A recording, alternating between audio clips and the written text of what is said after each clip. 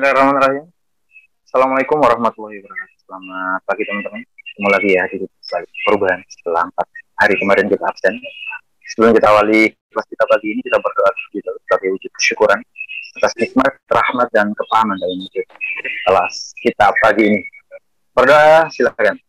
A'udzubillahi minasyaitonirrajim. Bismillahirrahmanirrahim. Rabbi zidna ilma warzuqna fahma bi rahmatika ya arhamar rahim. Amin. Bang Jago. Bismillahirrahmanirrahim. Assalamualaikum warahmatullahi wabarakatuh. Selamat pagi ya. Kita lanjutin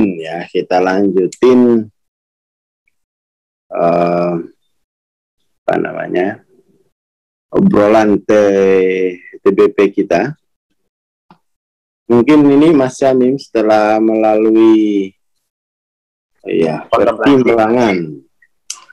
Mungkin TBP-nya itu 4 kali saja seminggu. Yang 3 kalinya itu buat TFH sama kamisan gitu ya. Oke. Soalnya yang kamisan, ini hanya seminggu sekali tapi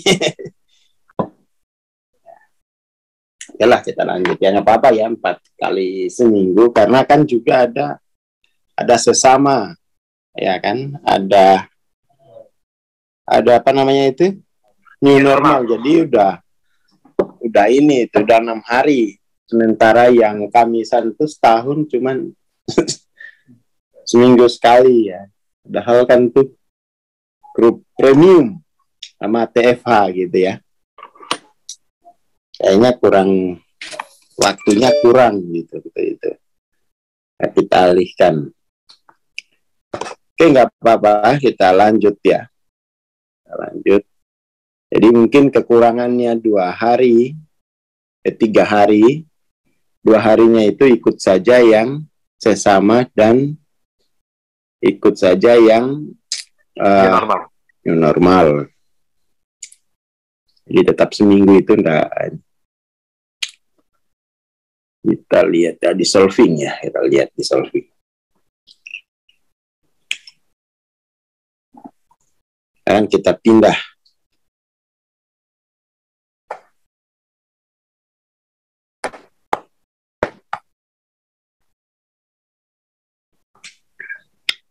Nah, sini kita pindah halaman 26 ya di PDF buku saya. Teman-teman silakan dilihat juga.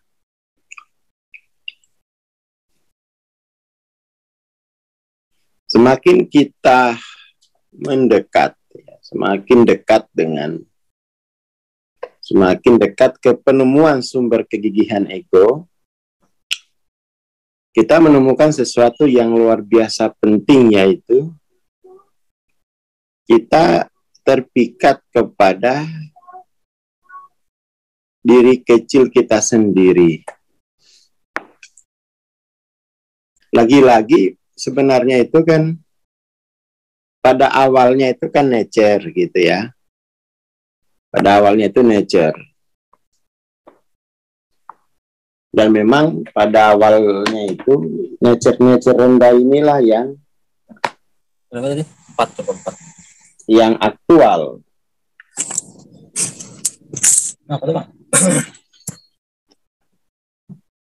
Yang aktual.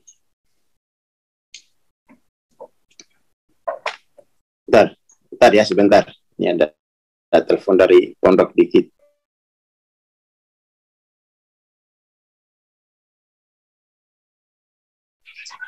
Oh ya, bagi teman-teman yang mungkin mau mengikuti Stepping for Healing, itu ada kelasnya ya. Itu HTM-nya itu 600.000. Tidak dapat buku ya, buku EFT seharga 400.000.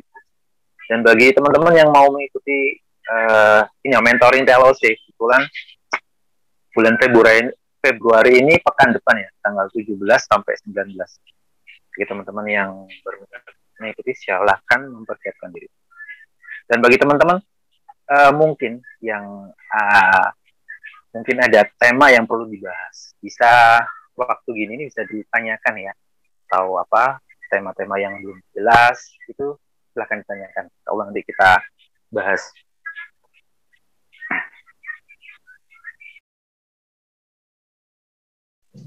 Oke, mohon maaf ini barusan ada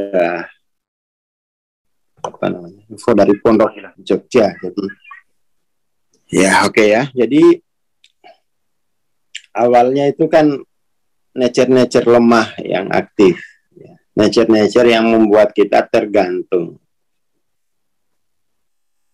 Nah, jadi saat nature itu muncul, dia juga mendorong kita untuk segera melakukan identifikasi diri. Repotnya itu di situ. Gitu. Jadi segera melakukan identifikasi diri. Akhirnya kita mengidentifikasi diri dengan nature lemah. Jadi identifikasi diri itu ada dua keharusan. Keharusan secara psikologis dan keharusan secara sosial. Kan kita harus mengidentifikasi diri kan. Anaknya siapa misalnya kan. Apesnya itu pas identifikasi itu ya masih nature lemah yang aktual.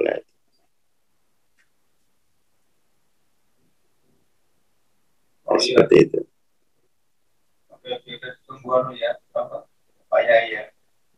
Jadi sekali kita mengidentifikasi dengan itu, akhirnya kan kita punya kemampuan untuk bertahan hidup. Jadi identifikasi diri pertama,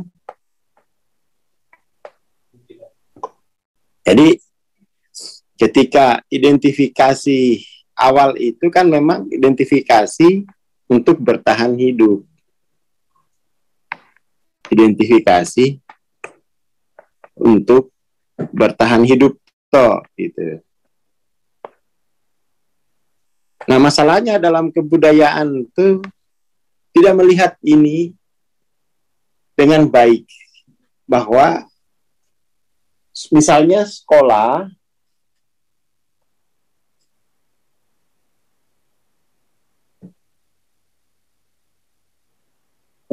harusnya itu di umur sekian harus diperiksa semua.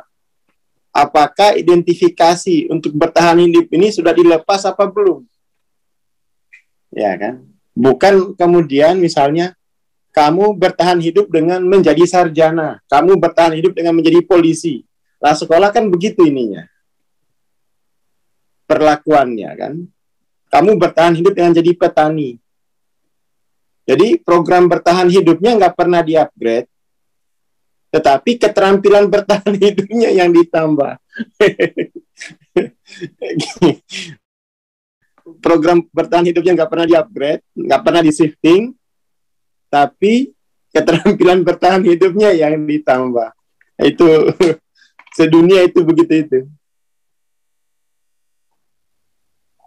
Termasuk mungkin ya teman-teman ini, buat apa lagi sih aku belajar kesadaran ini? Istri udah 3. Ya kan, sudah bertahan hidup dengan 3 istri. Ya kan.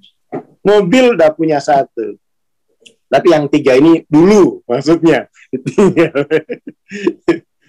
Ya, jadi ini kita apa ya? Ya kita melihat itulah. Tujuan pendidikan kita kan mestinya untuk men-shifting identifikasi diri pada program-program bertahan hidup. Shifting aja itu. Wong orang itu membawa kecerdasan ilahiyahnya kok. Nggak usah mikirin macamnya, shifting aja.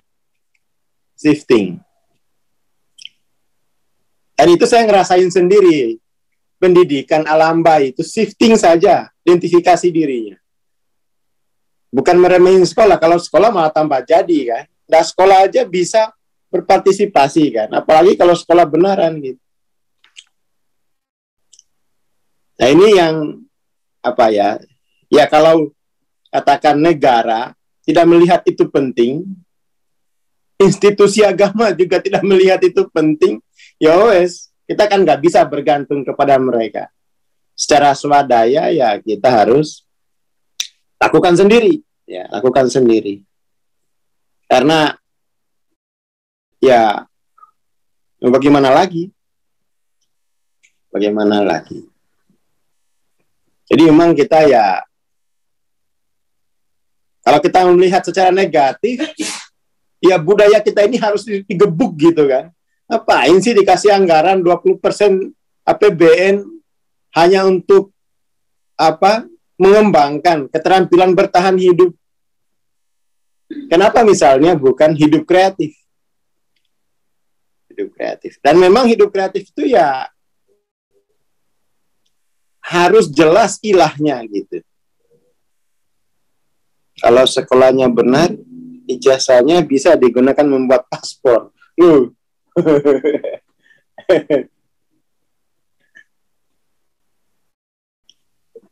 Menjadi TKW malah. Jadi bertahan hidup dengan menjadi TKW.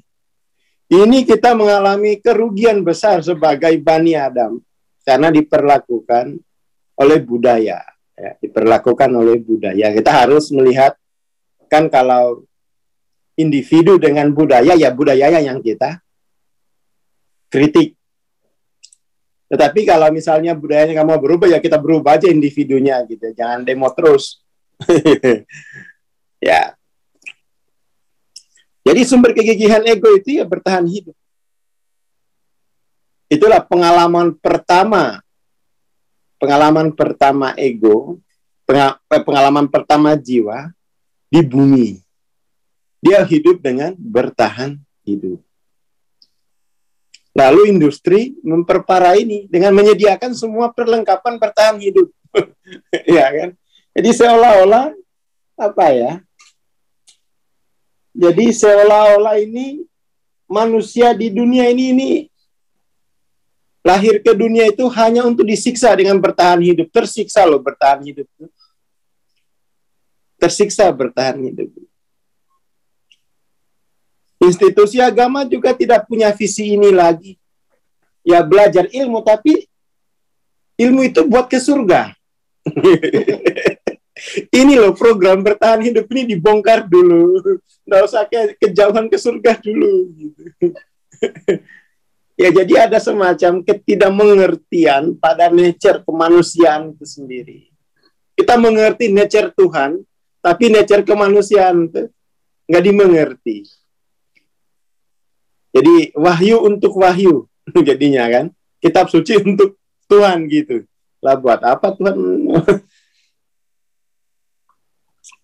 Ada indikasi semacam itu. Ada indikasi ya.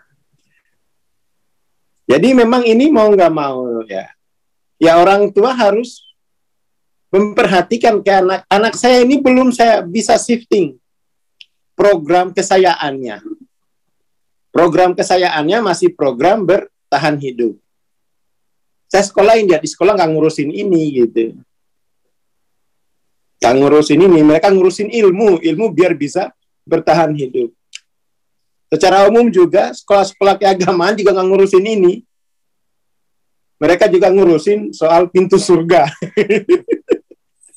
Untuk yang lama bertahan hidup di dunia, kasihan. Ya ini nih, harusnya kan bebasin dulu coba program bertahan hidup ini. Bumi ini langsung, rahmat surga langsung turun. Rahmat surga itu langsung turun sebelum surga.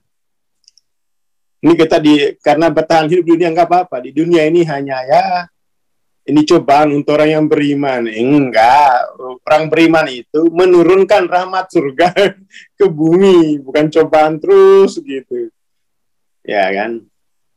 Jadi ini kita pentingnya membaca buku-buku ilmuwan kayak gini. Jelas dia problematik dasarnya.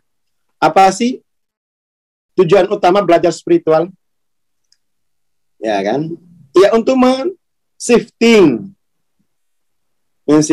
program kesayaan dari program bertahan hidup ke program mengalami kehadiran keilahian kan gitu. Ego, easy come, easy go, easy let me go. Ya ini kita ya. Diam-diam ego mencintai dan mencengkram posisi keadaan sebagai korban dan memeras kesenangan menyimpang. Kesenangannya itu kesenangan menyimpang, maksudnya itu kesenangan rekoso gitu. Kesenangan bertahan hidup. Pembenaran suram dari kepedihan serta penderitaan. Dan itu kemudian dihubung-hubungkan dengan dicari-carikan dalil-dalil agama yang bahwa malunya ini penjara kok. Oh, emang loh, bukan soal penjaranya kok, Tuhan ngapain ini penjara-penjara. Program kesayaannya yang merupakan penjara. Dan program kesayaan itu banyak program kesayaan. Nah, tuh yang teridentifikasi baru berapa nih? Baru 8. Belum yang belum teridentifikasi. Nah kan? Nah, jadi kalau ego itu ya yang ini, yang ego. Jadi ya ini kesenangan bertahan hidup, memeras kesenangan yang menyimpang gitu ya. Dia senang kalau kita menderita gitu. Dan kita juga senang, ini adalah perjuangan. Ini adalah latihan kesabaran. Ya bukan begitu. Pada tataran tertentu itu benar, tetapi pada tataran konteks kesayaan hal semacam itu tidak benar gitu ya. Tidak benar. Jadi kita apa ya? Pada tataran terdalamnya kan identifikasi ini, identifikasi diri dengan budaya, identifikasi diri dengan tubuh, itu kan masih musyrik. Kalau diperiksa ya berdasarkan peta ini masih musyrik. Ada kesayaan lain sebagai inang menginang, atau ada kesayaan lain yang setara dengan kesayaan saya. Nah itu kan masih musyrik. Subhanallah ma yusrikun. Oke, kita lanjut. Belum saya hapus nih. Hapus-hapusin dulu ya.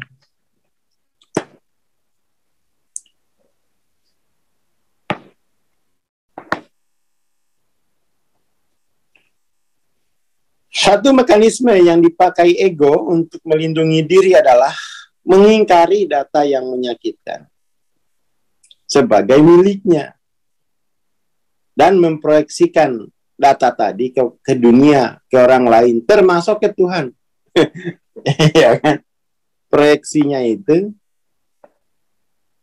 ke dunia, termasuk ke Tuhan. Di Tuhan itu ya kejamnya, padahal ya kamu identifikasi dengan bertahan hidup. Gimana ceritanya? Wong Tuhan menyediakan, katakan spektrum, katakan medan kesadaran yang bisa diukur, yang baru bisa diukur baru 1 sampai 1000 kan. Yang belum bisa diukur itu tak terhingga banyaknya. Ya kan? Lah ini kan silakan kamu pilih. Silakan dipilih gitu. Nah, malah kamu milihnya 3-4 aja udah enak nih. Bisa bertahan hidup. Iya memang enak, tapi statusnya bertahan hidup. Atau adaptif. Adaptif. Menyesuaikan.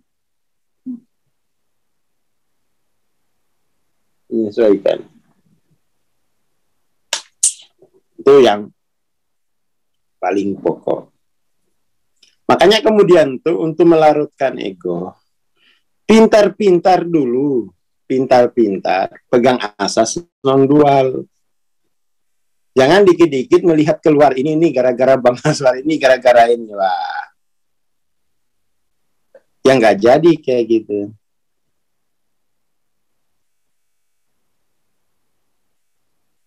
Seperti itu.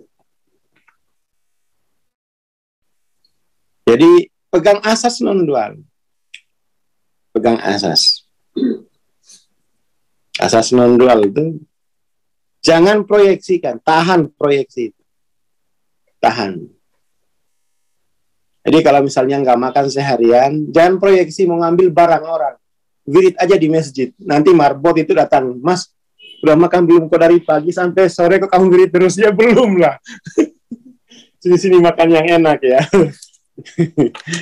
Pegang asas itu berat. Apalagi dalam godaan-godaan yang menyakitkan. Jadi godaan itu ada yang menyakitkan, ada yang menyenangkan. Itu godaan semua itu. Menyakitkan. Ada yang menyenangkan.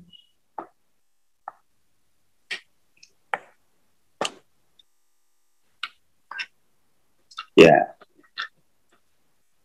Jadi harus terhadap godaan ini tetap pegang asas non-dual.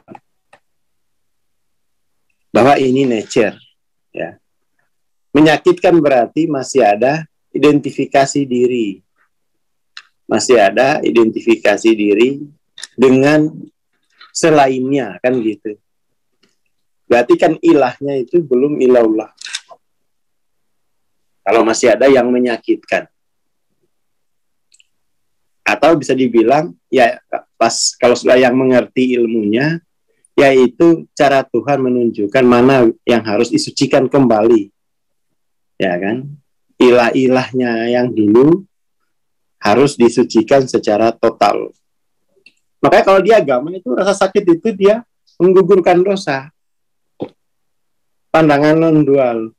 Tidak melihat keluar. Tidak melihat keluar. Sakit itu yang menggugurkan dosa. Nah, kita kan nggak mau digugurkan dosanya. Nggak mau. Nggak mau, karena sudah cara berpikirnya, kalau sakit ini tidak menyenangkan. Kemampuan bertahan hidupku lemah. Seperti itu. Ya kan? Jadi, kemampuan apa namanya itu? Jadi kemampuan bertahan hidupnya lemah. Kalau sakit, padahal ketika dilemahkan tuh harusnya inilah waktunya untuk shifting. Inilah waktunya untuk shifting. Tapi karena kita memang sudah menghasrati mekanisme ego itu, ya menyakitkan ini berarti saya mulai kehilangan bertahan hidup. Menyenangkan berarti bertahan hidup ini tidak berat. Menyakitkan berarti bertahan hidup ini semakin berat.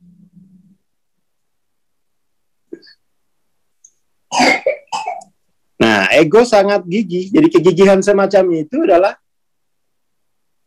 hal yang bersifat psikologis maupun sosiologis. Ya. Makanya dia kegigihannya ego itu karena dilatih. Jadi kegigihan ego itu karena pembiasaan. Seperti itu. Kegigihan ego karena pembiasaan.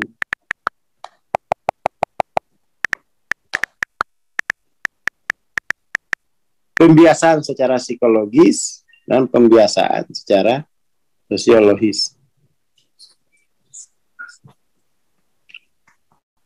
Aslinya dia itu lemah.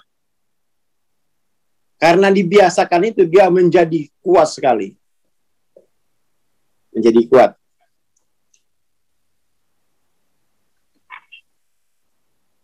Kalau sudah dibiasakan 40 tahun, tahun ini kamu belum belajar, itu tambah kuat lagi dia, tambah kekuatannya 41 tahun. Ya kan, kamu belum ada rencana untuk melemahkan kekuatannya. Tahun depan aja, nambah lagi dia. 42. Tahun depan lagi.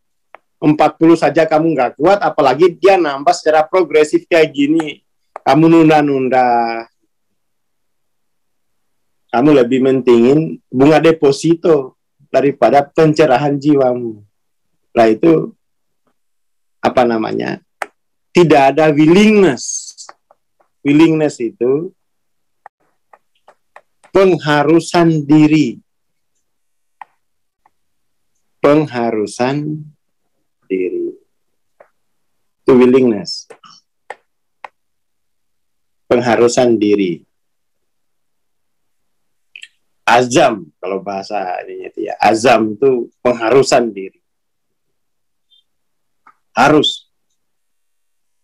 Sinilah kemudian itu muncul kewajiban. Pengharusan diri itu menjadi kewajiban.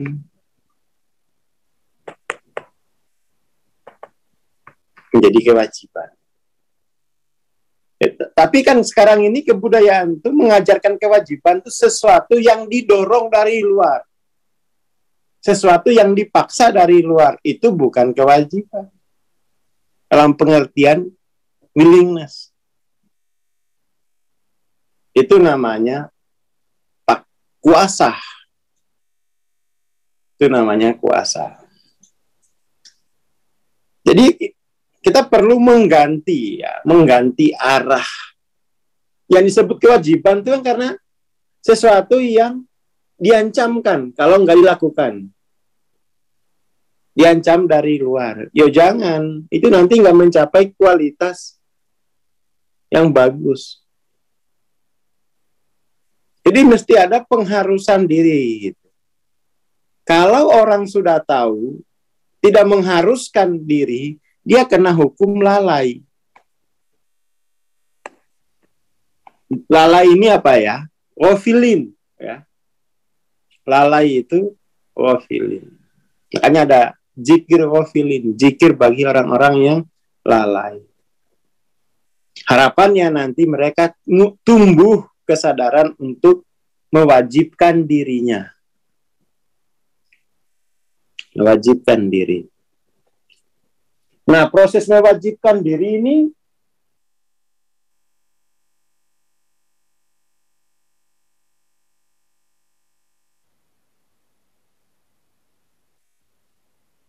mewajibkan diri ini panjang. Dia dari 310 ada urutannya. 315, 320, 325, 330, 300. Jadi tidak langsung jadi. 335, 340, 345. Tapi sebelum 310 itu mulai dari 200. Semua ketakutan harus dilarutkan.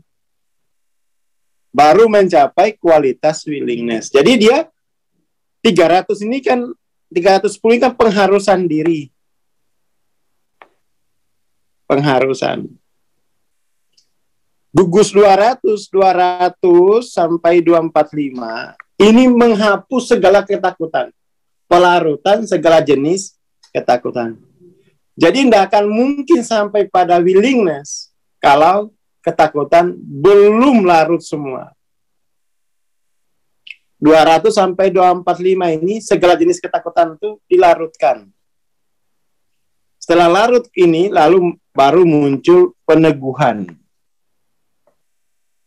Peneguhan. Setelah peneguhan baru pengharusan. Lah kita tahu-tahu pengharusan. Penghapusan ketakutan nggak pernah, peneguhan nggak pernah, tahu-tahu ada kewajiban. Akhirnya masyarakat itu menjalankan kewajiban tuh seperti di penjara. Yaitu apa? Ya proses batinianya ya tidak jalan.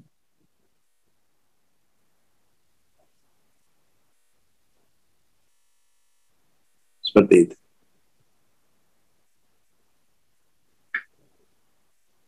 Tidak jalan. Itu ya. Jadi kegigihan ego itu kebiasaan itu hanya bisa larut melalui pengharusan diri. Nggak bisa larut dia karena takut neraka, nggak bisa. Tidak akan sampai pada derajat pengharusan diri. Yang ada itu diharuskan. Yang ada diharuskan. Diharuskan. Yang ada itu diharuskan. Dan itu kalau diharuskan, apalagi disertai ancaman dan rasa bersalah, itu tambah kuat program pembiasaan bertahan hidup. Tambah kuat. Jadi mohon ini apa ya yang terkait ya guru, dosen gitu. Ya kalau memang ini nggak digajikan oleh pemerintah ya kita jadikan ubudiah gitu untuk kemanusiaan. Kasihan kemanusiaan ini. Dimanfaatkan rasa bersalah, rasa takutnya untuk dilemahkan, untuk memperkuat identifikasi dengan bertahan hidup. Ya kita perlu empati lah ya kepada kemanusiaan ini. Karena seluruh perangkat kebudayaan sekarang ini, itu selalu menggunakan SGF, Shame, Guilt, Fear, untuk pembiasaan bertahan hidup. Untuk pembiasaan bertahan hidup.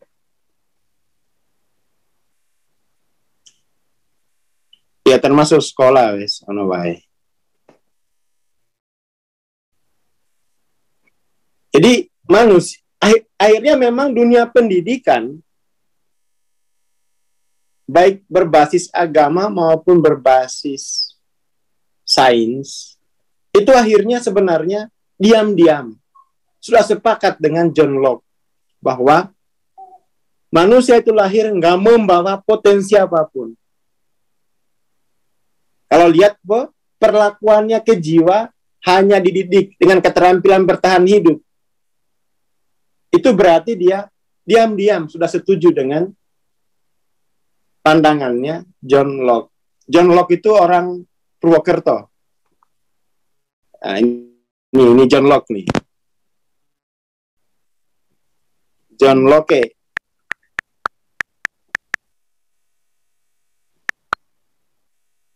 Nah, ini Bapak Kei.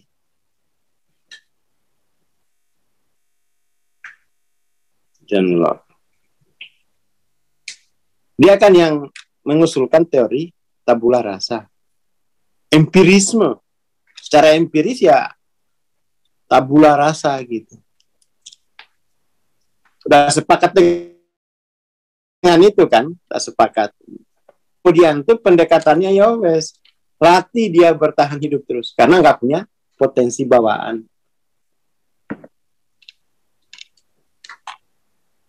Oke gitu ya. Itu dulu. Selamat memperkuat kegigihan ego. Ya, nggak usah ditransendensi egonya, nggak usah belajar ya. Akhirnya bertahan hidup terus. Padahal spektrum interval kesadaran itu mulai dari bertahan hidup sampai dengan berkreasi sempurna. Berkreasi sempurna. Kreatif. Pertanyaannya, kenapa kamu selalu milih yang bertahan hidup?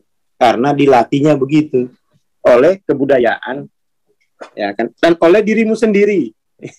Dilatihnya begitu oleh kebudayaan dan oleh dirimu sendiri. Oke, dilatih sirkus. Wes, atur nuwun. Terima kasih Bang Aswar, terima kasih teman-teman. Oh ya, bagi teman-teman yang kemarin ada kelas di Surabaya ya, bulan kemarin itu yang pengen mengikuti, kebetulan materinya ditulis lagi oleh Kang Hari di berupa e-book ya bagi teman-teman yang pengen belajar atau menyimak materinya bisa order e-book Jalan Pencerahan. Terima kasih. Assalamualaikum warahmatullahi wabarakatuh. Selamat pagi.